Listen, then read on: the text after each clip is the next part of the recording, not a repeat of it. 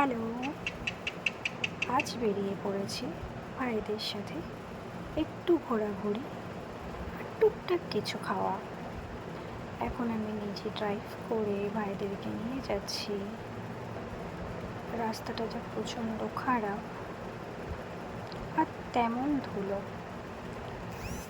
যাদের বাড়ি হরিণঘাটা জাবলি হয়তো বুঝতে পারবে যে রাস্তাটা কতটা খারাপ, মানে প্রচণ্ডই খারাপ। তার থেকে আরও বেশি যেটা প্রবলেম সেটা ধুলো। তো কোথায় যাব ভাবতে ভাবতে ধরলাম চাকদার দিকে রাস্তাটা। তারপর আমরা একটু ফানি কিছু বলছিলাম, কারণ আমার ভাই পেছনে বসেছিল ও সিট বেল্ট বেঁধে। তো সেটা একটা পুচকু বলছে যে দাদা সিট বেল্ট বেঁধে আছে, কারণ দিদি খুব বাজে গাড়ি চালায়, যার জন্যে নাকি সিট বেল্টটা বেঁধে আছে। যদিও আমি এত খারাপ গাড়ি চালাই না, তবু আর কি, আবার খুব ভালোও চালাই না।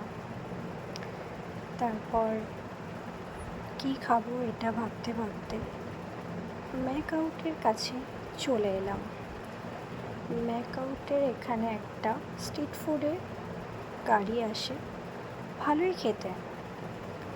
একদিন আমি আমার একটা ফ্রেন্ডের সাথে খেয়েছিলাম, তো ভালো লেগেছিল ব্যাপারটা। তো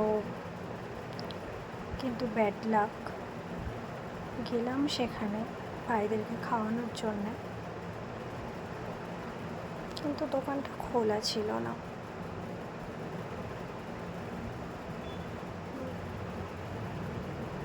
তারপর ভাবতে ভাবতে কি করব, ওখান থেকে আবার চলে গেলাম মোহনপুরে। মোহনপুরে আরেকটা ক্যাফে আছে, ওটাও খুব সুন্দর, বিসি ক্যাফের সামনে। তো ওখানে চলে গেলাম, গিয়ে ওখানে পিৎজা অর্ডার দিলাম। পিৎজা খেয়ে চলে এলাম গাড়িতে। তারপর জাগুলি আমাদের একটা ফেমাস বৌদির চা আছে, সেটা খেলাম। খেয়ে ধরলাম এবার বাড়ির রাস্তা। যদিও রাত হয়ে গেছিলো, কারণ পিৎজাটা আমাদের অনেক অনেক অনেক লেট করে দেয়। মাঝে মাঝে তো মনে হচ্ছিলো এখানেই ঘুমিয়ে পড়বো, আজকাল তো বাড়িতেই যাওয়া হবে না। তো বাড়ি থেকে তো ফোন আসছিলো, এত কেন দেরি করছি, যত আমরা সবাই ছোট, কিছু করার নেই, লেট তো হয়েই গেল। তারপর বাড়ির রাস্তা ধরে আমরা টুকটুক টুকটুক করে চারজনা বাড়িতে ঢুকে গেলাম।